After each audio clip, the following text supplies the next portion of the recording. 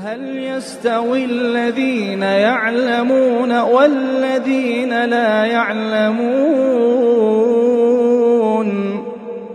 انما يتذكر اولو الالباب۔ یہ بھائی ہمارا اجتہادی مسائل کا سلسلہ چل رہا ہے، اور آج کا مسئلہ انشاءاللہ امام کے پیچھے سورہ فاتحہ پڑھنا، اس کا شرعی حکم کیا ہے، کیا اس میں علماء کے اقوال ہیں، صحابہ کرام کے کیا موقفات تھے، پھر کس مسئلے کو ترجیح دینی چاہیے، کس عالم نے ترجیح دی، کس نے کیا کیا، وغیرہ وغیرہ۔ انشاءاللہ اس مسئلے کی ہم تحقیق کرتے ہیں۔ اور امام کے پیچھے سورہ فاتحہ پڑھنا خاص یہ ٹاپک ہے جب امام اونچی آواز سے قرات کر رہا ہو، اس وقت جو پیچھے مقتدی کھڑے ہیں کیا وہ سورہ فاتحہ پڑھیں گے نہیں پڑھیں گے، یہ مسئلہ ہے، اور اس کی انشاءاللہ ہم تحقیق کرتے ہیں۔ دیکھو اس کو اجتہادی مسائل کے اندر ہم نے کیوں ڈالا، اس لیے ڈالا کہ صحابہ کرام کے دو بڑے گروہ جن سے صحیح سند کے ساتھ ثابت ہے کہ ایک گروہ صحابہ کرام کا وہ سورہ فاتحہ پڑھنا امام کے پیچھے جب امام بلند آواز سے قرات کر رہا ہو، وہ قائل تھے کہ پڑھی جائیں گی، ان کے پاس اپنے دلائل تھے۔ اور صحابہ کرام کا ایک گروہ اور بڑا طبقہ صحابہ کرام کا وہ اس جانب تھا کہ امام جب اونچی سورہ فاتحہ کی تلاوت کر رہا ہو تو جس کے کان میں تلاوت کی آواز جاری ہے وہ چپ کر کے سنے، تو امام کا پڑھنا اس کا پڑھنا ہو جائے گا، اس کو پڑھنے کے پیچھے ضرورت نہیں ہے۔ اچھا، کون کون سے صحابہ اس موقف پر تھے، میں آپ کو پہلے اجمالاً بیان کرتا ہوں اور اس کے بعد ہم قدر تفصیل کی طرف جاتے ہیں۔ حضرت عمر بن خطاب سے جو روایت آئی ہے وہ صحابہ میں سے تھے، ان صحابہ میں سے تھے کہ جو امام جب اونچی سورہ فاتحہ پڑھ رہا ہو تو پیچھے پڑھنے کے قائل تھے کہ پیچھے والا مقتدی بھی سورہ فاتحہ پڑھے گا۔ عبادہ بن صامت، اسد عبداللہ بن عمر بن عاص، حضرت ابو ہریرہ، حضرت عبداللہ بن عباس، یہ فہرست ہے ان صحابہ کرام کی کہ جو قائل تھے کہ سورہ فاتحہ امام کے پیچھے پڑھی جائے گی جب امام بلند آواز سے قرات کر رہا ہو، مقتدی بھی پڑھے گا۔ اچھا، اس کے مقابلے میں ایک صحابہ کرام جو قائل تھے کہ سورہ فاتحہ جب امام بلند پڑھ رہا ہوگا اب پیچھے سورہ فاتحہ نہیں پڑھی جائے گی، کوئی قرات نہیں کی جائے گی، خاموشی سے سنا جائے گا۔ ان صحابہ کرام میں سے نمبر ایک حضرت علی ابن ابی طالب رضی اللہ تعالی عنہ، حضرت زید بن ثابت، زید بن حارثہ، جابر بن عبداللہ، سعد بن ابی وقاص، عبداللہ بن عمر، ابو درداء، عروہ بن زبیر، اور یہ تقریباً یہ جید صحابہ کرام یہ اس جانب تھے کہ سورہ فاتحہ جب امام بلند آواز سے قرات کر رہا ہو تو آپ خاموشی سے سنیں گے، پیچھے آپ سورہ فاتحہ کی قرات نہیں کریں گے، کسی اور سورت کی بھی قرات نہیں کریں گے۔ بہرحال میں اب مختصر آپ کو روایتیں سناتا ہوں، دونوں جانب صحیح روایتیں بیٹا، کچھ حدیثوں میں جہاں سند میں کلام ہے میں اس کی وضاحت کرتا چلا جاؤں گا۔ تو اجتہادی مسئلہ اس لیے کہ دونوں جانب صحابہ کرام کے گروہ تھے اور بڑے گروہ تھے۔ مثلا ابو ہریرہ کی بہت سی روایتیں، ایک روایت میں آپ کو سنا دیتا ہوں، مسلم کی روایت ہے کہ نبی پاک صلی اللہ علیہ وسلم سے حضرت ابو ہریرہ نے روایت کی، کہتے ہیں من صلی صلاۃ لم یقرأ فیہا بأم القرآن فہی خداج، کسی نے نماز پڑھی اور اس میں سورہ فاتحہ کو اگر اس نے نہ پڑھا تو اس کی نماز ناتمام ہے۔ فقیل علی ابی ہریرہ، تو ابو ہریرہ سے پوچھا گیا، اس وقت سوال کیا کسی نے ابو ہریرہ سے، انا نکون وراء الامام، ہم امام کے پیچھے ہوں، امام بلند آواز سے پڑھ رہا ہو قرآن، اب ہم کیا کریں؟ تو حضرت ابو ہریرہ نے جواب دیا، اقرأ بہا فی نفسک، اپنے دل میں پڑھو لیکن پڑھو ضرور۔ تو ابو ہریرہ کا ایک موقف ہے، واضح طور پر سمجھا جا سکتا ہے، حدیث صحیح بھی ہے کہ جو امام کے پیچھے کھڑا ہے سورہ فاتحہ امام صاحب پڑھ رہے ہیں یہ بھی پڑھے گا، لیکن فی نفسک پڑھے گا، اس کی وضاحت میں آگے جا کے کروں گا آپ۔ اچھا، اسی طریقے سے مصنف ابن ابی شیبہ، اس کی روایت ہے حضرت عمر بن خطاب سے، روایت ٹھیک ہے، یہ ثابت ہے عمر فاروق رضی اللہ تعالیٰ عنہ سے۔ ابو ابراہیم تیمی کہتے ہیں کہ سألت عمر بن خطاب، میں نے عمر بن خطاب رضی اللہ تعالیٰ عنہ سے سوال کیا تھا، عن القرأۃ خلف الامام، کہ امام صاحب کے پیچھے میں سورہ فاتحہ پڑھوں یا نہیں پڑھوں؟ تو فقال علی عمر بن خطاب رضی اللہ تعالیٰ عنہ نے جواب دیا کہ اقرأ، آپ پڑھیں۔ تو ابو ابراہیم تیمی کہتے ہیں پھر میں نے آگے سے پوچھا وَإِن كُنتُ خَلْفَكَ، اگر آپ امام ہو اور میں آپ کے پیچھے کھڑا ہوں پھر پڑھوں؟ تو حضرت عمر فاروق رضی اللہ تعالیٰ عنہ نے کہا کہ وَإِن قَرَأْتُ اقرأ، اگرچہ میں تلاوت بھی کر رہا ہوں تو سن بھی رہا ہے پھر بھی تو سورہ فاتحہ پڑھ۔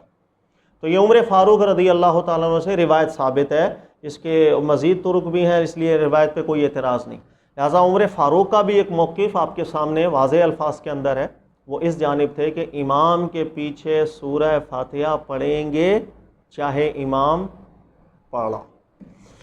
اچھا، اسی طریقے سے حضرت عبداللہ بن عمر بن عاص صحابی ہیں، مصنف ابن ابی شیبہ کی یہی روایت ہے، صحیح روایت ہے، ثابت روایت ہے۔ مجاہد کہتے ہیں سمعت عبداللہ بن عمر یقرأ خلف الامام، کہ میں نے خود عبداللہ بن عمر بن عاص کو سنا امام کے پیچھے وہ سورہ فاتحہ پڑھ رہے تھے جہری نماز کے اندر، امام جہر بھی کر رہے تھے اور حضرت عبداللہ بن عمر بن عاص صحابی پیچھے قرآن کی تلاوت سورہ فاتحہ پڑھ رہے تھے۔ اسی طریقے سے حضرت عبداللہ ابن عباس سے بھی ثابت ہے کہ حضرت عبداللہ ابن عباس، یہ بھی مصنف ابن ابی شیبہ کی روایت ہے، عبداللہ ابن عباس کہتے تھے لا تدع ان تقرأ خلف الامام بفاتحۃ الکتاب جہرا او لم یجہر، انہوں نے کہا کبھی بھی امام کے پیچھے سورہ فاتحہ پڑھنا نہ چھوڑنا، امام اونچی پڑھ رہا ہو یا آہستہ پڑھ رہا ہو۔ واضح موقف عبداللہ ابن عباس کا بھی ہے کہ وہ کہتے تھے کہ امام کے پیچھے سورہ فاتحہ پڑھی جائے گی چاہے امام بلند ہو چاہے آہستہ ہو۔ اسی طرح عبادہ بن صامت صحابی ہیں، ان کا بھی یہ موقف ہے، لیکن ان کی سند پہ اعتراض ہے، حدیث صحیح نہیں ہے، حدیث ضعیف ہے، اور کیوں ضعیف ہے میں بتا دیتا ہوں، لیکن بہرحال یہ تائید کے طور پر بیان کر دیتے ہیں۔ عبادہ بن صامت کہتے ہیں کنا خلف رسول اللہ صلی اللہ علیہ وسلم فی صلاۃ الفجر، فجر کی نماز ہم پڑھ رہے تھے نبی پاک صلی اللہ علیہ وسلم کے پیچھے، تو رسول اللہ صلی اللہ علیہ وسلم نے جب قرآن کی تلاوت کرنا شروع کی تو پیچھے سے بھی کسی شخص نے قرآن کی تلاوت کرنا شروع کر دی تو نبی علیہ السلام پر بھار ہو گیا۔ جب نبی پاک علیہ السلام فارغ ہوئے، نبی علیہ السلام فرماتے لعلکم تقرؤون خلف امامکم، لگتا ہے تم امام کے پیچھے پڑھتے ہو؟ قلنا نعم، ہم نے کہا جی ہاں۔ تو نبی پاک علیہ السلام نے فرمایا لا تفعلوا، نہ پیچھے پڑھا کرو، الا بفاتحۃ الکتاب، مگر سورہ فاتحہ پڑھ لو۔ یہ روایت ہے جس سے حضرت عبادہ بن صامت صحابی ہیں، ان کا ایک موقف تائید کے طور پر میں نے بیان کر دیا۔ روایت صحیح نہیں ہے دو وجہوں سے، ایک وجہ یہ ہے کہ اس کا متن متعارض ہے، یہی واقعہ نماز کا دیگر راویوں نے بیان کیا الگ انداز میں، یہاں الفاظ ہیں نبی پاک علیہ السلام نے فرمایا لا تفعلوا الا بفاتحۃ الکتاب، کہ نہ پڑھو مگر فاتحہ پڑھنی ہے وہ پڑھ لو، سورہ فاتحہ پڑھو باقی کچھ نہ پڑھو، لیکن دیگر روایتیں جو آئی ہیں اس کا متن الگ ہے۔ دوسرا یہ مکحول کی روایت ہے، اور جتنے طرق ہیں اس روایت کے عبادہ بن صامت کی، مکحول سے ان سے مروی ہے یہ روایت ہے، اور مکحول راوی تدلیس کی وجہ سے اس کی ان کی روایتیں قابل قبول نہیں ہوتی ہیں، اس لیے محدثین محققین جتنے گزرے ہیں ان سب نے اس حدیث کو ضعیف قرار دیا ہے، لیکن یہ میں نے تائید کے طور پر بیان کی۔ باقی روایتیں حضرت عمر بن خطاب والی، حضرت عبداللہ ابن عباس والی، حضرت عبداللہ بن عمر بن عاص والی، حضرت ابو ہریرہ والی، یہ سب روایتیں صحیح ہیں۔ لہٰذا یہ صحابہ کرام کا ایک بہت بڑا طبقہ تھا جن کا موقف تھا کہ نماز میں سورہ فاتحہ ہم پڑھیں گے، اگرچہ ہم امام کے پیچھے ہوں، امام صاحب بلند پڑھ رہے ہوں کوئی بات نہیں، سورہ فاتحہ آپ نے پھر بھی پڑھنی ہے، اور امام صاحب اگر آہستہ پڑھ رہے ہوں تو پھر تو پڑھنی ہے۔ اس کے مقابلے میں ہم ان صحابہ کرام کا ذرا جائزہ لے لیتے ہیں کہ صحابہ کرام کا ایک طبقہ ایسا تھا کہ جو نماز میں امام اگر بلند آواز سے تلاوت کر رہا ہے، اب آپ نے پیچھے نہیں پڑھنی، نہ سورہ فاتحہ اور نہ آپ نے پیچھے کوئی اور سورت پڑھنی ہے۔ یہ روایتیں بھی سب صحیح ہیں بچے، جو میں روایتیں بیان کروں گا یہ سب صحیح روایتیں۔ نمبر ایک، موطا امام مالک میں امام مالک روایت لے کر آتے ہیں ان نافع ان ابن عمر، وہ بڑی مضبوط روایت ہے اور صحیح اعلیٰ درجے کی صحیح روایت ہے حضرت عبداللہ بن عمر رضی اللہ تعالیٰ عنہ سے۔ یہ دو باتیں ہیں، ایک بات یہ ہے سئیلا عن ابن عمر حل یقرأ احد خلف الامام، کہ حضرت عبداللہ بن عمر سے کسی نے سوال کیا کیا امام صاحب کے پیچھے جب نماز کے اندر ہوں کیا پیچھے والا قرآن کی قرأت کرے یا نہیں؟ تو عبداللہ بن عمر نے جواب دیا حسبہ قرأۃ الامام، امام پڑھ رہا ہے اس کے لیے یہی بہت ہے، وہ چپ کر کے کھڑا ہو جائے، جب امام اونچی پڑھ رہا ہے پیچھے والا خاموشی سے کھڑا ہو جائے، وہ کچھ نہ پڑھے۔ یہ ایک بات ہے۔ اس کے بعد پھر موطا امام مالک میں امام مالک کہتے ہیں وَقَانَ عَبْدُاللَّہ بن عمر لَا يَقْرَأُ خَلْفَ الْإِمَامِ، اور حضرت عبداللہ ابن عمر کا اپنا طریقہ یہ تھا، وہ جب بھی امام کے پیچھے جا کر کے کھڑے ہو جاتے وہ کبھی قرآن پاک کی تلاوت نہیں کیا کرتے۔ تو عبداللہ بن عمر ان صحابہ میں سے ہیں جن کا موقف یہ تھا کہ امام کے پیچھے سورہ فاتحہ یا کوئی بھی قرأت نہیں کی جائے گی۔ روایت یہ بالکل صحیح ہے۔ اچھا، اس کے علاوہ موطا امام مالک کی ایک اور صحیح روایت ہے حضرت عروہ بن زبیر سے. یہ صحابی ہیں اور ان کا بھی موقف یہ تھا کہ نماز میں سورہ فاتحہ یا کوئی بھی تلاوت کسی صورت امام اگر اونچی پڑھ رہا ہے تو ہم نہیں کریں گے، ہم سنیں گے. ہاں اگر امام آہستہ پڑھ رہا ہے اس کے اندر آپ سورہ فاتحہ بھی پڑھو، سورت بھی پڑھو. اور اس کے الفاظ یہ ہیں کہ عروہ بن زبیر وہ کہتے تھے کانا یقرأ خلف الامام فیما لا یجہر فی. حضرت عروہ بن زبیر ہر اس نماز کے اندر سورہ فاتحہ اور سورت پڑھتے تھے جس میں امام بلند نہیں ہوتا، لیکن جس نماز میں امام بلند آواز سے قرات کرتا تو عروہ بن زبیر اس میں نہ سورہ فاتحہ پڑھتے تھے نہ سورت پڑھتے تھے، خاموشی سے سنتے تھے. روایت یہ بھی صحیح ہے. تیسرا حضرت جابر بن عبداللہ رضی اللہ تعالیٰ عنہ، یہ صحابی بھی اس طبقے سے تعلق رکھتے ہیں کہ جن کا موقف تھا کہ امام کے پیچھے جب امام جہرن سورہ فاتحہ پڑھ رہا ہو خاموش رہیں گے. یہ روایت ہے ترمذی کی روایت، بالکل صحیح ہے. یقول جابر من صلی رکعۃ لم یقرأ فیہا بأم القرآن فلم یصلی الا ان یکون وراء الامام. امام مالک بھی اپنی موطا میں لائے اور ترمذی کی بھی یہ روایت ہے، روایت صحیح ہے. حضرت جابر بن عبداللہ رضی اللہ تعالیٰ عنہ کہتے تھے سورہ فاتحہ پڑھنا نماز میں ضروری ہے الا ان یکون وراء الامام، مگر یہ کہ تو امام کے پیچھے کھڑا ہو. جب تو امام کے پیچھے کھڑا ہے اب اس کا پڑھنا تیرا پڑھنا ایک برابر ہو جائے گا، اب تجھے سورہ فاتحہ پڑھنے کی ضرورت نہیں ہے. تو جابر بن عبداللہ. اسی طرح حضرت ابو دردہ رضی اللہ تعالیٰ عنہ، یہ بھی صحابی ہیں، نسائی کی روایت ہے، روایت یہ بھی صحیح ہے. حضرت ابو دردہ کا بھی موقف یہ تھا کہ نماز میں سورہ فاتحہ نہیں پڑھیں گے اگر امام بلند پڑھ رہا ہے، خاموشی سے سنیں گے. اور یہ روایت یہ ہے کہ حضرت ابو دردہ نے ایک دفعہ لوگوں کو بیان کیا کہ سئل رسول اللہ صلی اللہ علیہ وسلم فی کل صلاۃ قرأ قال نعم، کہ نبی پاک علیہ الصلوۃ والسلام سے پوچھا گیا کہ ہر نماز میں ہم پڑھیں گے قرآن کی تلاوت کریں گے ہر رکعت میں ہر نماز میں؟ قال نعم، تو نبی پاک علیہ السلام نے فرمایا نماز کی ہر رکعت میں قرأت قرآن ہے.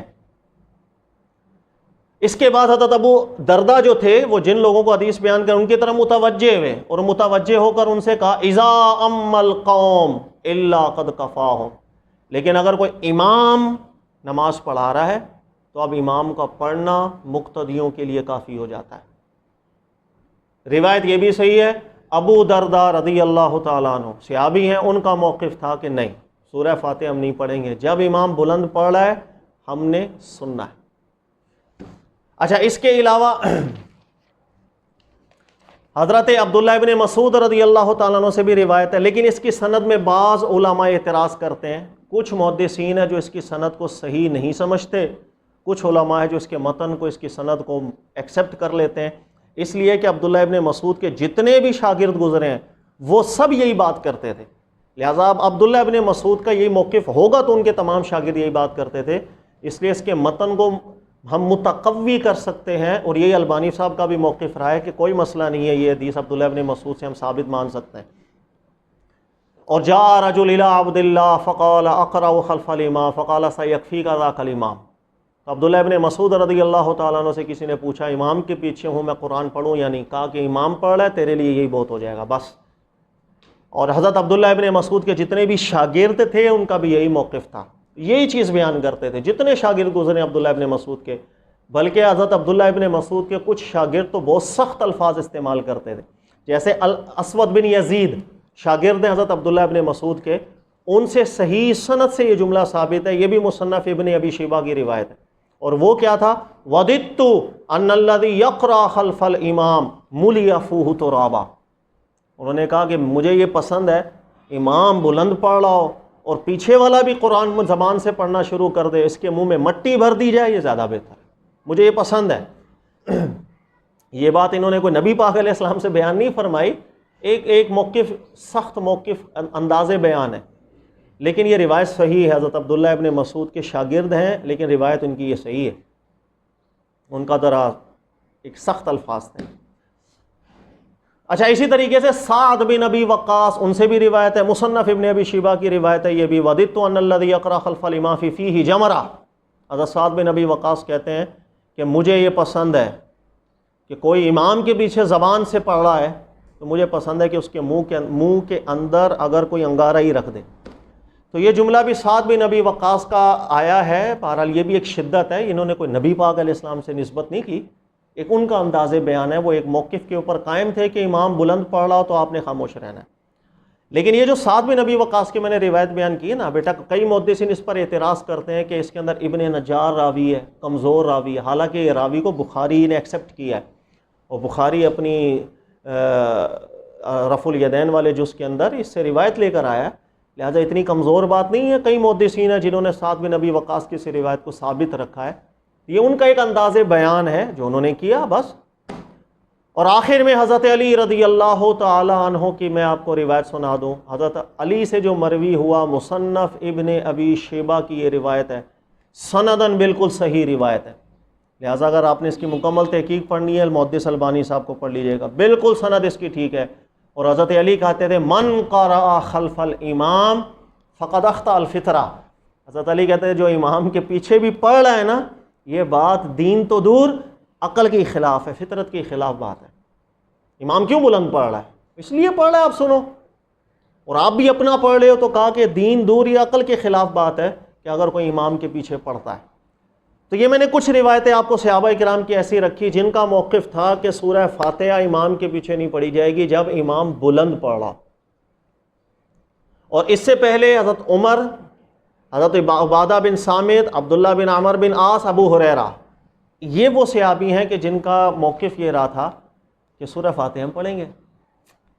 اچھا جی، اب ہمارے علماء کرام نے جو مجتہدین گزرے ہیں، جیسے امام شافعی ہیں، امام مالک ہیں، امام اوزاعی ہیں، سفیان ثوری ہیں، احمد بن حنبل ہیں، بڑے بڑے جتنے مجتہدین محققین گزرے ہیں، جب انہوں نے دیکھا کہ صحابہ کرام کے دو ایک گروہ ہیں، ایک سے موقف الگ آ رہا ہے، وہ بھی صحیح سند کے ساتھ ہے، اور ایک صحابہ کرام کی مکمل فہرست ہے جن سے موقف الگ آ رہا ہے، سند اس کی بھی صحیح ہے، تو اب ہم نے کسی ایک قول کو ترجیح دینی ہے، تو اب مختلف علماء کرام مختلف زاویوں سے ان دونوں اقوال کو دیکھتے چلے گئے، جائزہ لیتے چلے گئے، تو بعض علماء ترجیح دیتے چلے گئے۔ مثلا میں اس کی چند مثالیں آپ کو دیتا ہوں، جیسے امام شافعی ہیں، شافعی علماء جو ہیں، اور اسی طرح فقہ حنبلی کے کئی محقق علماء کرام ہیں، وہ اس چیز کو، اس قول کو ترجیح دیتے چلے آئے کہ امام کے پیچھے سورہ فاتحہ پڑھ لینی چاہیے، یعنی ان صحابہ کے موقف کو ترجیح دیتے چلے گئے۔ اور ترجیح دینے کی وجہ کیا تھی؟ ترجیح دینے کی وجہ یہ تھی وَإِن تَنَازَعْتُمْ فِي شَيْءٍ فَرُدُّوهُ إِلَى اللَّهِ وَالرَّسُولِ، اگر آپ کو کسی مسئلے میں اختلاف مل جائے فَرُدُّوهُ إِلَى اللَّهِ وَالرَّسُولِ، تو اللہ نے ہم پر لازم قرار دیا ہے کہ ہم اس بات کو لوٹا دیں اللہ کی بارگاہ میں، اس کے رسول صلی اللہ علیہ وآلہ وسلم کی بارگاہ میں۔ تو ان علماء کا موقف یہ ہے کہ یہ تو صحابہ کے موقوفات ہیں جو وہاں متعارض ہو گئے، تو صحابہ کی بات اگر متعارض ہوئی، اب ہم نے پیچھے جانا ہے کہ نبی پاک صلی اللہ علیہ وسلم سے مرفوعاً کیا بات آ رہی ہے۔ تو ان علماء کے نزدیک عبادہ بن صامت کی جو روایت ہے وہ میں پڑھ دیتا ہوں کہ جس میں انہوں نے الفاظ بیان کیتے ہیں، ہم نبی پاک علیہ السلام کے پیچھے ایک دفعہ فجر کی نماز پڑھی، ہم میں سے کسی شخص نے تلاوت کی، بعد میں نبی پاک علیہ السلام نے فرمایا لا تفعلوا الا بفاتحۃ الکتاب، کہ تم نہ پڑھا کرو مگر سورہ فاتحہ پڑھ لیا کرو۔ تو اس حدیث کے اندر چونکہ نسبت نبی پاک علیہ السلام کی طرف جاری ہے، اور کئی علماء نے اس روایت کو، میں نے پیچھے آپ کو بتایا، مقبول سے مروی ہے اور ان سے مروی ہے، اور تدلیس مدلس راوی تھا مقبول، اس کی ان کی روایت قابل قبول نہیں، لیکن اس کے متن کو دیگر طرق کی وجہ سے متقوی کر کے ایک حسن درجے تک پہنچا دیا گیا، ان کی تحقیق تھی، لہذا اس کے متن کو قبول کیا، اور ان علماء کرام کے نزدیک اس بات کو ترجیح دی گئی کہ اگر نماز میں سورہ فاتحہ امام بلند بھی پڑھ رہا ہوگا پیچھے آپ نے پڑھنا ہے، آپ نے پیچھے پڑھنا ہے۔ لیکن دیگر کئی محققین ایسے ہیں کہ جنہوں نے اس ترجیح کو کمزور قرار دیا ہے، اس کی وجہ یہ ہے کہ اگر مرفوعاً اللہ کے رسول پاک صلی اللہ علیہ وسلم سے کوئی بات ثابت ہو جاتی پھر تو جھگڑا ہی ختم ہو جاتا، پھر تو تنازع ختم ہو گیا نا۔ لیکن مسئلہ یہ ہے کہ مرفوع صراحتاً رسول اللہ صلی اللہ علیہ وسلم سے جتنی حدیثیں آئی ہیں، ہر حدیث میں کسی نہ کسی طرح کا کلام ہے۔ مثال کے طور پر مسلم کی روایت آئی ہے، ابو ہریرہ سے مروی ہے کہ امام اس لیے بنایا جاتا ہے کہ اس کی اقتداء کی جائے، اذا کبر فکبروا، جب اللہ اکبر کہے آپ بھی اللہ اکبر کہے، واذا قرأ فانصتوا، لیکن جب وہ قرآن پڑھے آپ خاموش ہو جاؤ۔ اب یہ حدیث تو ہے، مسلم کی روایت ہے، لیکن اس کا متن شاذ ہے، اس کے اندر یہ لفظ کی زیادتی ہے، محدثین نے اس پر اعتراض کیا ہے۔ اگر تو یہ لفظ نبی علیہ السلام سے ثابت ہو جاتے پھر تو بات ہی ختم ہو جاتی، لہٰذا یہ بھی مرفوع ثابت نہیں، اس پر اعتراض ہے۔ اسی طریقے سے ایک روایت ہے ابو داؤد کی کہ ابو ہریرہ رضی اللہ تعالیٰ عنہ سے مروی ہے، وہ کہتے ہیں کہ نبی پاک صلی اللہ علیہ وسلم کے پیچھے ہم نماز پڑھتے تھے، قرات ہم کرتے تھے۔ تو ایک دفعہ ہم نے نماز پڑھی، نبی علیہ الصلوۃ والسلام پر نماز وہ جب بھاری ہوئی، نبی علیہ السلام نے ہمیں منع فرما دیا۔ اس کے بعد الفاظ ہے فانتہى الناس القرۃ خلف الامام فی ما جہر رسول اللہ صلی اللہ علیہ وسلم، پھر لوگوں نے ہر وہ نماز جس میں اللہ کے رسول صلی اللہ علیہ وسلم بلند پڑھتے تھے پیچھے پڑھنا چھوڑ دیا۔ اب یہ روایت بھی صحیح ہے، لیکن اس کے متن میں پھر اعتراض ہے کہ کئی محدثین کہتے ہیں کہ یہ جو آگے لفظ کی زیادتی ہے نا، فانتہى الناس، لوگوں نے پڑھنا چھوڑ دیا، یہ زہری کے الفاظ ہیں، ابن شہاب جو اس حدیث کا راوی ہے۔ تو کئی محدثین کہتے ہیں یہ الفاظ صحابہ کے نہیں ہیں، اگر تو صحابہ کی یہ بات ہوتی پھر تو مسئلہ ہی ختم ہو گیا ہوتا کہ صحابہ سب نے چھوڑ دیا۔ حالانکہ رسول اللہ صلی اللہ علیہ وسلم کے بعد بھی صحابہ کرام کے یہ دونوں موقف رہے ہیں، ایک صحابہ پیچھے قرات کا حکم دیتے تھے، ایک صحابہ کا طبقہ تھا جو منع کرتے تھے۔ اگر تو صحابہ نے چھوڑ ہی دیا ہوتا پھر تو بات ہی ختم ہو گئی تھی، لہٰذا یہاں پر بھی مرفوع الفاظ ثابت نہیں ہیں۔ اسی طریقے سے ایک اور روایت ہے اور جس کے الفاظ ہیں من کان لہ امام فقرۃ الامام لہ قرۃ، جس کا امام ہے تو امام کا پڑھنا اس کا پڑھنا ہے، یہ حدیث بھی ثابت نہیں ہے۔ ایک روایت اس کی ہے اس کا راوی جابر جعفی ہے، جھوٹا کذاب راوی تھا، اور ایک روایت یہ ارسالن آ رہی ہے، منقطع طور پر آ رہی ہے، وہ محدثین نے قبول نہیں کیا۔ تو کہنے کا مقصد کہ صریح الفاظ رسول اللہ صلی اللہ علیہ وسلم سے اگر مرفوع ثابت ہو جاتے پھر تو تنازع ہی ختم ہو گیا تھا، لیکن ہر وہ حدیث جس کے اندر نبی علیہ الصلوۃ والسلام کی نسبت اس کا کوئی فیصلہ کن بات آئی ہو، اس کے اندر محدثین کے اختلاف ہی ہیں، وہ کئی محدثین کی فہرست ہے جو اس متن کو قبول نہیں کرتے۔ لہٰذا اس لیے کئی امام شافعی کے علماء ہیں جنہوں نے اس حدیث کو، عبادہ بن صامت والی حدیث کو متعدد طرق کی بنیاد پر، متابعات کی بنیاد پر، شواہدات کی بنیاد پر قبول کیا، اور انہوں نے ترجیح دی اس چیز کو کہ پیچھے سورہ فاتحہ پڑھی جائے گی، لہٰذا کوئی مسئلہ نہیں، ترجیح دے سکتے ہیں، اس لیے کہ فن حدیث کوئی وحی کے طور پر بیان نہیں ہوئے، نہ اللہ نے نہ اس کے رسول پاک صلی اللہ علیہ وسلم نے ہمیں کوئی اصول بیان نہیں فرمائے حدیث کو صحیح کہنے کے لیے، حدیث کو ضعیف کہنے کے لیے، اجتہادی اصول ہے۔ لہٰذا جس محدث نے کسی اصول کے بنیاد پر حدیث کو صحیح ڈکلیئر کیا، ٹھیک ہے، ان کے نزدیک حجت پوری ہے۔ لیکن کئی علماء ایسے ہیں کہ جنہوں نے عبادہ بن صامت والی جو روایت ہے اس کے تو متن میں اعتراض ہے، مقہول ان سے روایت کر رہے، سند میں بھی اعتراض ہے، اس کے مقابلے میں کچھ روایتیں ایسی ہیں ان سے استدلال کیا کہ نبی پاک صلی اللہ علیہ وسلم وہاں پر جو انداز حدیث کا چل رہا ہے وہ اس معنی کو ترجیح دے رہا ہے کہ امام کے پیچھے نہیں پڑھنا چاہیے۔ بھائی مثلا مجمع الزوائد میں علامہ ہیثمی اس روایت کو لے کر گئے ہیں اور راوی سارے ثقہ ہیں، اور الفاظ حدیث کے کیا ہیں؟ انس کہتے ہیں کہ ہم نے رسول اللہ صلی اللہ علیہ وسلم کے ساتھ نماز پڑھی، فلما قضا صلاتہ اقبل علیہم بوجہہ، نماز جب ختم ہوئی اللہ کے رسول پاک علیہ السلام ہماری طرف متوجہ ہوئے، نبی پاک علیہ السلام نے فرمایا اتقرؤون، کیا تم لوگ پیچھے پڑھتے ہو؟ تو صحابہ کہتے ہیں ہم خاموش ہو گئے، ہم نے جواب نہیں دیا۔ تو نبی پاک علیہ السلام نے دوسری دفعہ پوچھا اتقرؤون خلف الامام والامام یقرأ، امام پڑھ رہا ہوتا ہے کیا تم بھی پیچھے پڑھتے ہو؟ ہم نے جواب نہیں دیا۔ تیسری دفعہ اللہ کے رسول پاک صلی اللہ علیہ وسلم نے فرمایا کیا تم پیچھے پڑھتے ہو جب امام پڑھ رہا ہو؟ تو حضرت انس کہتے ہیں قالوا، تو صحابہ کرام نے پھر جواب دیا، بعض صحابہ نے کہا کہ جی ہاں ہم پڑھتے ہیں، وقال بعضهم، اور بعض صحابہ نے کہا ہم نہیں پڑھتے ہیں، بعضوں نے کہا ہم پڑھتے ہیں، بعضوں نے کہا ہم نہیں پڑھتے ہیں، اور ایک روایت کے اندر ہے ہم نے کہا ہم پڑھتے ہیں، صرف پڑھنے کا ذکر ہے، اور یہ روایت زیادہ اچھی ہے، تو وہی الفاظ ہم لے لیتے ہیں۔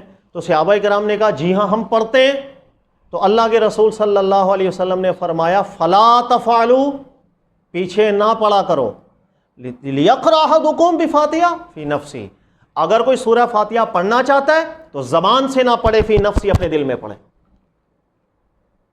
راوی اس کے سارے ثقہ ہیں، جو حدیث اپنے مرفوع نسبت ہے نا اس کے اندر نبی پاک علیہ السلام سے، جو اپنے معنی میں واضح الفاظ میں بتا رہی ہے کہ امام جب پڑھ رہا ہو تو پیچھے زبان سے نہیں پڑھی جائے گی سورہ فاتحہ، پڑھیں گے تو دل سے، اور جب دل سے پڑھیں گے تو پڑھنا کب ہوا؟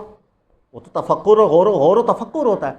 عربی کے اندر زبان سے جب ہم تلفظ کرتے ہیں نا، اس کو پڑھنا، قرأت کا اطلاق اس کے اوپر ہوتا ہے. دل میں کسی چیز کا ہم تصور کر رہے ہوں تو اس پر قرأت کا کامل اطلاق نہیں ہوتا، اسے تفکر کہا جاتا ہے عربی کے اندر.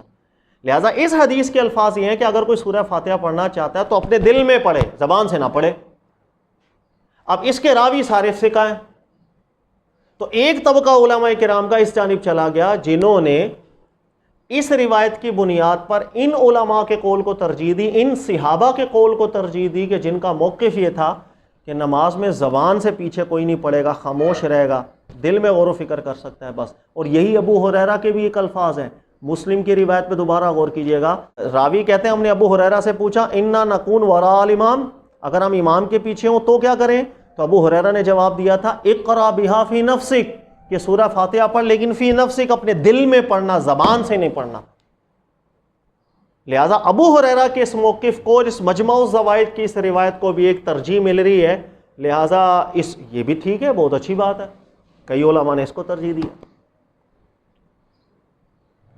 تو آپ یہی دیکھیں گے کہ ہر طبقے کے اندر، جیسے شافعی علماء ان میں سے بعض سورہ فاتحہ پیچھے پڑھنے کے قائل ہیں، بعض صحابہ کے اس گروہ کے ساتھ ہیں وہ کہتے ہیں نہیں پڑھی جائے گی. بعض فقہ حنبلی کے اندر بھی دو طبقے آپ کو علماء کے ملیں گے. بعض علماء کہیں گے پیچھے پڑھنی چاہیے، بعض کہیں گے نہیں پڑھنی چاہیے، اس لیے کہ دونوں طرف دلائل مضبوط بن جاتے ہیں.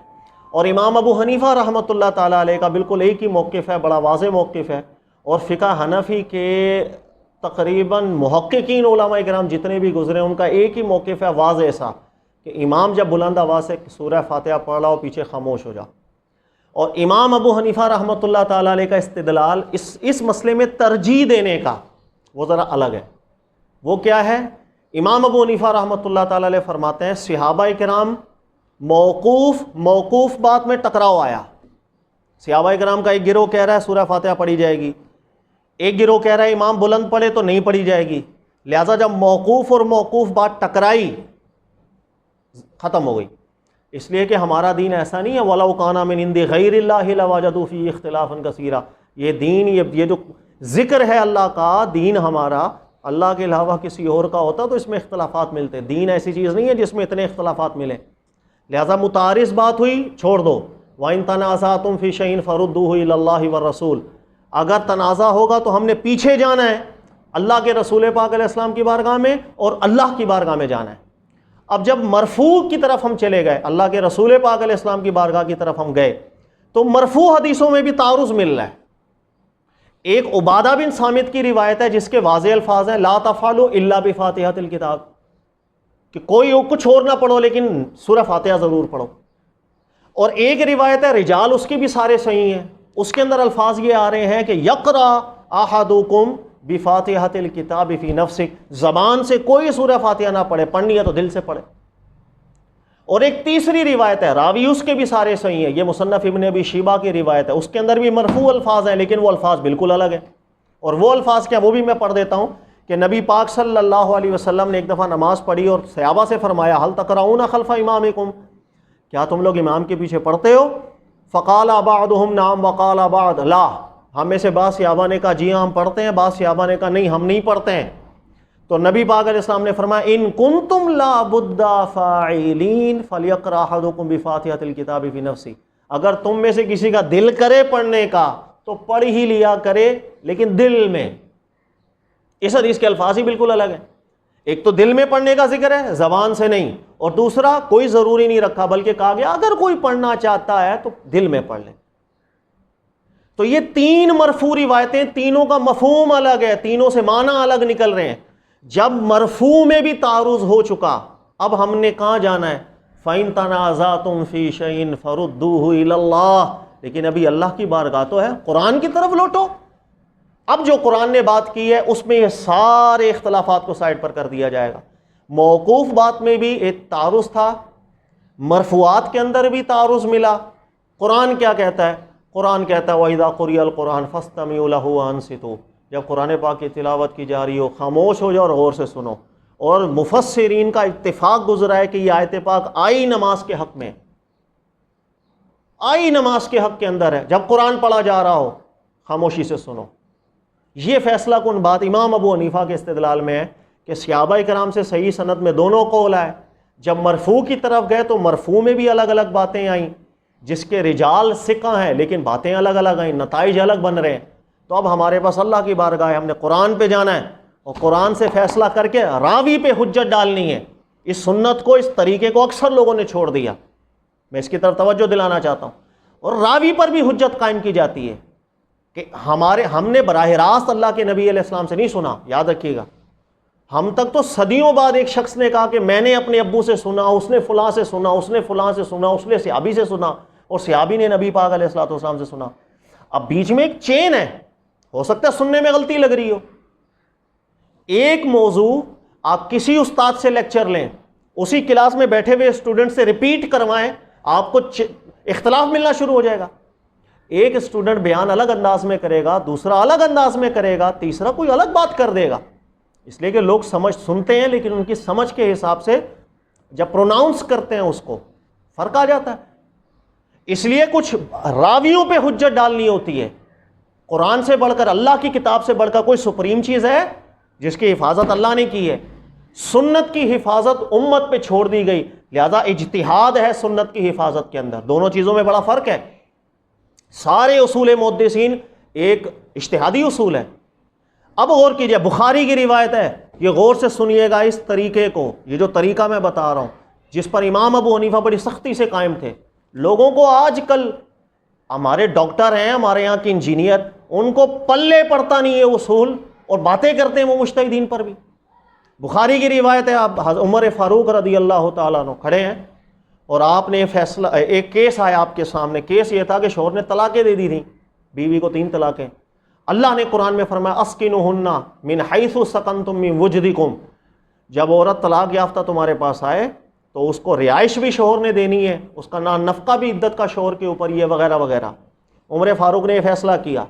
ایک خاتون کھڑی ہو گئی اور خاتون نے کہا عمر فاروق آپ نے یہ غلط فیصلہ کیا ہے کہ میرے سامنے اللہ کے رسول پاک علیہ السلام کے سامنے بھی یہ کیس آیا تھا کہ شوہر نے غلیظہ طلاق دے دی تھی اپنی زوجہ کو، تو نبی پاک علیہ الصلوۃ والسلام نے کوئی اس کے اوپر نفقہ رہائش لازم قرار نہیں دیا تھا. اب عمر فاروق کے سامنے ایک عورت نے بات کی کہ نبی علیہ السلام نے ایسا فرمایا. براہ راست نبی پاک علیہ السلام سے عمر فاروق نے نہیں سنا تھا، بیچ میں راوی تھا ایک. وہ راویہ صحابیہ بھی تھیں، عادل بھی تھیں، ثقہ بھی تھیں، لیکن عمر فاروق نے شواہدات دیکھے، کوئی اس کی تائید کے لیے صحابی نہیں کھڑا ہوا کہ ہاں ایسی بات ہوئی ہے. تو عمر فاروق نے ایک تاریخی جملہ کہا کہ ایک عورت، تیری اکیلے کی وجہ سے میں اللہ کا قرآن ہی بدل دوں، اللہ کا کلام بدل دوں؟ میں ایسا نہیں ہو سکتا. اس لیے کہ قرآن سپریم ہے، اس کی حفاظت اللہ نے کی، اس کی ایک ایک لفظ زبر زیر کی حفاظت اللہ پاک نے کی ہے. لہٰذا کبھی کبھی راوی پہ حجت ڈالی جاتی ہے کہ بھئی اللہ کچھ کہہ رہے ہیں، آپ کچھ بات کر رہی ہو، آپ کی بات کے اوپر ہم حجت قائم کرتے ہیں، آپ کی بات قبول نہیں کر سکتے. صحابہ کرام کا یہی طریقہ کار ہوا کرتا تھا. مثلا مسلم کی روایت ہے، حضرت عمر فاروق رضی اللہ تعالیٰ عنہ اور عمار بن یاسر دونوں بیٹھے ہوئے ہیں. تو عمر فاروق کے پاس ایک بندہ آیا، کہتا ہے کہ مجھے جنابت طاری ہو گئی ہے، میں نے تیمم کرنا ہے. تو عمر فاروق نے کہا تیمم وضو کے اندر ہوتا ہے، غسل کے اندر تیمم نہیں ہوتا. جب تک پانی نہ ملے نماز نہیں پڑھ سکتا، پانی ملے گا تیمم کر کے نماز. عمار بن یاسر سامنے بیٹھے ہوئے تھے. اب عمار بن یاسر صحابی بھی ہیں اور عمار بن یاسر ثقہ بھی ہیں، عمار بن یاسر عادل بھی ہیں، سب کچھ ہے. تو عمار بن یاسر نے عمر فاروق سے پتہ کیا کہا کہ عمر فاروق آپ بھول گئے ہو، ہم دونوں ایک دفعہ سفر میں گئے تھے، دونوں پہ جنابت طاری ہو گئی تھی، میں نے اپنے پورے جسم کو مٹی میں لوٹ پوٹ کر دیا تھا اور آپ نے نماز نہیں پڑھی تھی جب تک پانی نہیں ملا تھا. واپسی میں جب ہم رسول اللہ صلی اللہ علیہ وسلم کی بارگاہ میں آئے تو اللہ کے رسول پاک علیہ الصلوۃ والسلام نے ہمیں تیمم کر کے بتایا تھا کہ تم آئندہ کبھی ایسا ہو تو یہ کر لیا کرو، تمہیں کافی ہے. تو عمر بن خطاب نے راوی پہ حجت ڈال دی، کہا اتق اللہ یا عمار، عمار اللہ کا خوف کر. اتنا بڑا واقعہ ہوتا میں بھول جاتا، غلط نسبت نہ کرو میری طرف. تو عمار پہ حجت ڈال دی. تو عمار بن یاسر نے ایک جملہ بھی کہا کہ اگر آپ کہتے ہیں میں یہ حدیث آئندہ کبھی کسی کو بیان نہیں کرتا، میرے حافظے میں یہی بات آ رہی ہے. تو عمر فاروق رضی اللہ تعالیٰ عنہ نے کہا کہ ٹھیک ہے، آپ اگر پورے اعتماد ہیں آپ بیان کریں، ہمیں آپ کی بات پہ اعتماد نہیں ہے. ساری زندگی عمر فاروق رضی اللہ تعالیٰ عنہ یہی مسئلہ بیان کرتے چلے گئے کہ تیمم جو ہے نا جنابت کے اندر نہیں ہے، اور عمار بن یاسر دوسری بات بیان کرتے رہے. پھر یہی صحیح حدیث ہے، ابو موسیٰ اشعری بیٹھے ہوئے تھے، عبداللہ ابن مسعود بیٹھے ہوئے تھے. عبداللہ ابن مسعود کے پاس، غالباً مسلم کی روایت ہے، یہ بھی صحیح روایت ہے، عبداللہ ابن مسعود کے پاس ایک شخص آیا، جنابت میں تیمم کا سوال کرتا ہے. عبداللہ ابن مسعود نے کہا نہیں، جب تک پانی نہیں ملتا نماز نہیں پڑھو، جب پانی ملے گا غسل کر کے نماز پڑھنا، تیمم کی اجازت نہیں ہے. تو ابو موسیٰ اشعری نے عبداللہ ابن مسعود سے کہا کہ عبداللہ ابن مسعود آپ کو پتہ نہیں عمار بن یاسر بیان کرتے ہیں حدیث کہ رسول اللہ صلی اللہ علیہ وسلم نے غسل جنابت میں بھی تیمم کا حکم دیا ہے. تو حضرت عبداللہ ابن مسعود نے بیان کیا ابو موسیٰ تجھے یہ نہیں پتا کہ عمر فاروق ان کی بات کو قبول نہیں کرتے تھے. تو راوی پہ بھی حجت ڈالی جاتی ہے، یہ طریقہ ہی ہمارے یہاں چھوڑ دیا گیا، کسی کو پتہ ہی نہیں ہے. اور قرآن سے بڑھ کر حجت کسی پر کون ڈالے گا؟ لہٰذا امام ابو حنیفہ کا جو موقف ہے نہایت واضح موقف ہے. کیا موقف ہے؟ وہ فرماتے ہیں موقوف روایت صحابہ کی وہاں متعارض ہیں، صحابہ کے الگ الگ موقف تھے، متعارض ہوئی وَإِن تَنَازَعْتُمْ فِي شَيْءٍ فَرُدُّوهُ إِلَى اللَّهِ وَالرَّسُولِ. جب مرفوع حدیثوں کی طرف گئے، مرفوع حدیثوں میں بھی تعارض ہے، ایک الگ مفہوم بیان کر رہی ہے، ایک مرفوع کے اندر الگ بات. اور ہمارا دین ایسا نہیں ہے کہ جس کے اندر اتنی متعارض باتیں ہوں، لہٰذا راویوں پر حجت ڈالی گئی کہ راوی ضبط نہیں رکھ سکے اس بات کے. اب کیا کرنا ہے؟ فَرُدُّوهُ إِلَى اللَّهِ، اب ہم نے اللہ کی بارگاہ میں جانا ہے. اور جب اللہ کی بارگاہ میں ہم گئے تو فیصلہ اللہ نہیں کیا وَإِذَا قُرِئَ الْقُرْآنُ فَاسْتَمِعُوا لَهُ وَأَنصِتُوا، جب قرآن پاک پڑھا جائے خاموشی سے اس کو غور سے سننا ہے، خاموش ہو جانا ہے. اور یہ آیت نازل ہی نماز سے متعلق ہوئی ہے، لہذا قرآن حجت بن گئی کس پر؟ ان تمام راویوں پر جس نے اپنی روایت کے اندر دوسری بات کی ہے. قرآن ان سب کے اوپر حجت بن گیا. لہٰذا یہ جو میں نے عمر فاروق کا بخاری علی روایت آپ کو بیان کی ہے، ایسے نہیں نبی پاک علیہ السلام نے فرمایا تھا علیکم بسنتی و سنت الخلفاء الراشدین، کہ عمر فاروق نے اتنے صحابہ کرام کے سامنے یہ جملہ کہا تھا کہ عورت قرآن تیری وجہ سے میں بدل دوں. صحابہ نے اعتراض نہیں کیا تھا کہ یہ کیا آپ نے ضابطہ بیان کر دیا. قرآن حجت ڈالتا ہے، راویوں پر بھی قرآن حجت ڈالتا ہے. اس لیے امام ابو حنیفہ یا امام محمد جو فقہ حنفی کے محققین ہیں، ان کے نزدیک یہ بڑا واضح ایک ضابطہ ہے کہ کبھی کبھی قرآن سے حجت، قرآن نہیں بدل سکتے، ہم کیسے بدلیں گے؟ راویوں کے کہنے پہ قرآن بدل دیں. 200 سال بعد، 150 300 سال بعد ایک شخص کھڑا ہو کے کہتا ہے مجھے فلاں نے بتایا، مجھے فلاں نے بتایا، اس کو اس نے بتایا، اس کے کہنے کے اوپر قرآن بدل دیں ہم؟ انا للہ و انا الیہ راجعون. تو یہ بڑا ضابطہ تھا. نمبر 3 ذہن میں رکھ لیجئے گا، حضرت علی رضی اللہ تعالیٰ عنہ سے صحیح سند سے جو بات ہے، یہی بات زیادہ اچھی ہے، عقل کے اندر بھی یہی بات آتی ہے. حضرت علی، مصنف ابن ابی شیبہ کی روایت ہے، سند اس کی بالکل صحیح ہے. حضرت علی کہتے ہیں من قرأ خلف الامام فقد اخطأ الفطرہ، کہ جو امام کے پیچھے بھی پڑھتا ہے نا تو اس کو دین دور و عقل میں بات نہیں آتی. امام کو کیوں رکھا گیا؟ تو یہ مجتہدین کے اقوال میں بیٹا میں نے آپ کو بیان کی ہیں کہ مجتہدین کے اندر بعضوں نے صحابہ کے اس قول کو ترجیح دی، بعضوں نے صحابہ کے اس قول کو ترجیح دی. ہر ایک کے پاس دلیل ہے، مضبوط دلیل ہے، کوئی لڑنے جھگڑنے کی بات نہیں.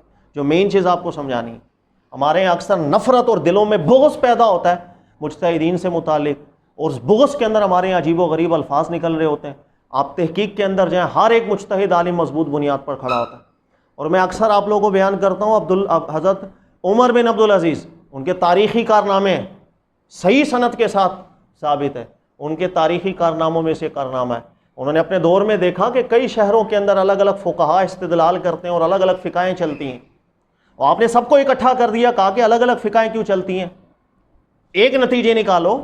تو جب سب کو بٹھایا، سب کے اقوال سنے، استدلالات سنے، دھنگ رہ گئے، اور آخر میں اس نتیجے پر پہنچے عمر بن عبدالعزیز، کہا کہ ہر فقیہ اور مجتہد اتنی مضبوط بنیاد کے اوپر کھڑا ہے، کہا کہ ہر شہر والا اپنے فقیہ کے پیچھے چلتا چلا جائے، کوئی غلط نہیں، سب مضبوط بنیادوں کے اوپر کھڑے. یہ مذاق ہے مجتہدین نے جو استدلالات کیے ہیں. اب اس میں ہونا فیصلہ کن بات کیا ہے؟ فیصلہ کن بات یہ ہے کہ بیٹا مسئلہ ہے اجتہادی. اجتہادی مسئلے ایسے نہیں ہوتے جس میں لڑائی جھگڑا کیا جائے. اسی لیے دیکھیے گا صحابہ کرام کے 2 گروہ رہے، مرفوعات کے اندر بھی الگ الگ بیان ہے. کئی علماء نے اس قول کو ترجیح دیا، ان کے پاس بھی دلیل ہے، شواہدات ہیں. بعضوں نے اس قول کو ترجیح دیا، ان کے پاس بھی شواہدات ہیں اور دلیلیں. لہٰذا اچھی بات امام ابراہیم نخعی رحمۃ اللہ علیہ نے کی. ان سے کسی نے پوچھا حضرت آپ کیا کہتے ہیں؟ انہوں نے کہا انت بالخیار ان شئت فقرا و ان شئت لم یقرا. انہوں نے کہا تیری مرضی، پڑھنا ہے پڑھ لے، نہیں پڑھنا نہ پڑھ، لیکن لڑ نہیں، مسئلہ اجتہادی ہے. حضرت سعید بن مسیب، بہت بڑے امام سعید بن جبیر بھی، ان سے پوچھا گیا حضرت آپ کیا کہتے ہیں؟ کہتے ہیں انت بالخیار ان شئت فقرا ان شئت لا یقرا. کہا کہ تیری مرضی، پڑھنا ہے پڑھ، نہیں پڑھنا نہ پڑھ. اسی طرح محدثین میں سے امام شعبی، کتنا بڑا نام ہے، ان کا بھی یہی قول تھا. وہ لوگوں کو کہا کرتے تھے بیٹا اتنا اجتہادی مسئلہ ہے، ان شئت فقرا، دل کر رہا ہے پڑھ لے، نہیں پڑھنا نہ پڑھ، لیکن امت میں فتنہ، امت میں فساد پیدا نہ کر. اسی طرح اور بڑے بڑے علماء ایسے گزرے ہیں کہ جن کا یہی موقف رہا ہے. لہٰذا لڑنے جھگڑنے کی بیٹا کوئی بات نہیں ہوتی ہے. میں اکثر بیان کرتا ہوں لڑنے اجتہادی مسئلوں میں کیا لڑنا، جس میں اللہ اور اس کے رسول پاک علیہ السلام نے راہ چھوڑی ہے اس میں کیا لڑنا. اگر مسئلہ اجتہادی نہ ہوتا صحابہ کے گروہ کیوں بن جاتے؟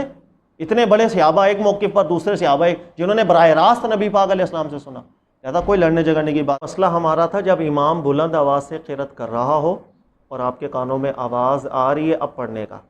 لیکن اگر وہ نماز ہے جس کے اندر امام آہستہ پڑھ رہا ہو اور آپ کے کانوں میں آواز نہیں آ رہی، اس میں قول فیصل محقق مفتہ بھی مضبوط دلیل کے اندر وہ یہ قول ہے کہ اب آپ پڑھیں گے، سورہ فاتحہ بھی پڑھیں گے، سورت بھی پڑھیں گے، اور آخری 2 رکعتوں کے اندر سورہ فاتحہ پڑھیں گے. اس لیے کہ صحابہ کرام میں سے حضرت جابر بن عبداللہ، حضرت علی رضی اللہ تعالیٰ عنہ سے یہی مروی ہے. یہ بھی مصنف ابن ابی شیبہ کی روایت ہے کہ ان علی کان یقول اقرا فی الظہر والعصر خلف الامام، کہ جب ظہر اور عصر کی نماز ہو جس میں امام آہستہ ہوتا ہے اب پیچھے پڑھا کرو، سورہ فاتحہ بھی پڑھا کرو، سورت بھی پڑھا کرو. اور یہی کئی مجتہدین سے اقوال مروی ہے. یہی امام محمد فقہ حنفی کے امام ابو حنیفہ سے روایت کرتے ہیں کہ جہاں سیدھی نمازیں ہوں نا اس کے اندر پڑھیں گے، خالی نہیں کھڑے ہو جائیں گے کہ اپنے آپ کو وسوسوں کے لیے چھوڑ دیں. لہذا جب امام خاموش ہے اب تو آپ پڑھیں گے، سورہ فاتحہ بھی سورت بھی سب پڑھیں گے. لیکن یہ مسئلہ جو ہم نے پوری تحقیق بیان کی، اس صورت میں جب امام بلند آواز سے قرات کر رہا ہے اور آپ کے کانوں میں اس قرات کی آواز آ رہی ہے، اس میں دونوں قول بڑے مضبوط ہیں. کوئی شخص کسی قول پر بھی عمل کرتا ہے کرے سر آنکھوں پہ، لیکن نہ فتنہ پیدا کرے نہ امت میں نفرت دلائے، یہ چیز قابل گرفت ہے. اللہ تعالیٰ سمجھنے کی توفیق دے. جزاک اللہ. قل هل يستوي الذين يعلمون والذين لا يعلمون إنما يتذكر أولو الألباب.